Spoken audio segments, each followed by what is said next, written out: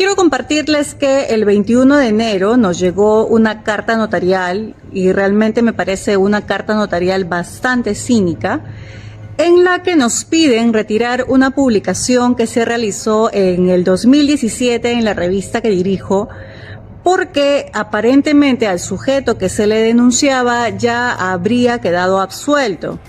Esto, diría yo, por un tecnicismo.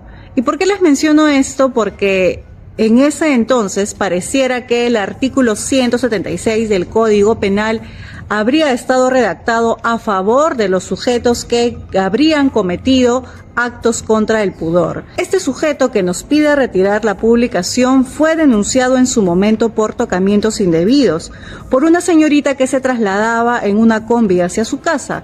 Ella contó en su momento, en noviembre del 2017, que este sujeto la manoseó. Y nosotros, como revista, replicamos esa denuncia pública. Ahora, después de estos años, el sujeto que ya, según lo que adjunta en la disposición fiscal, habría quedado libre de polvo y paja, nos pide que saquemos toda información que se relacione con él.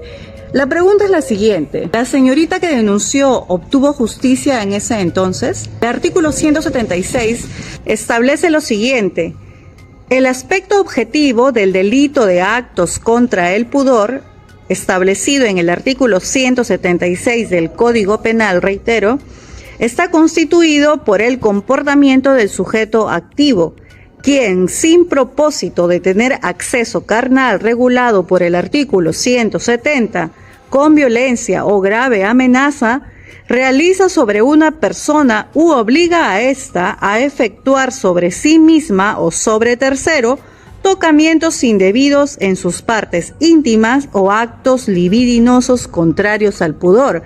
Es decir, en ese entonces, el artículo 176 del Código Penal prácticamente señalaba que este delito podría demostrarse que se habría cometido siempre y cuando haya actos con violencia o grave amenaza. Es decir, si un sujeto ponía su mano suavemente sobre mi pierna, probablemente la ley en ese entonces lo haya dejado absuelto y haya quedado libre. Reitero la pregunta: ¿la señorita en ese entonces, la denunciante, obtuvo justicia?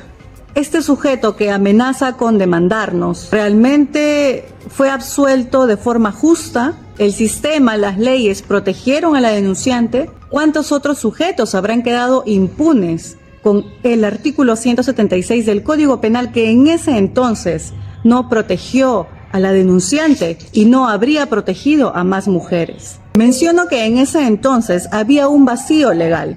¿Y por qué lo digo que en esa fecha? Es porque el 2018 se actualizó este artículo, hubo una modificatoria y ya se pudo considerar otros aspectos que son necesarios para poder proteger a las mujeres. Sin embargo, en este caso, y con esto cierro, en este caso se protegió a la denunciante con el artículo pasado. Ella podría, con la actualización que se dio en el 2018, reabrir el caso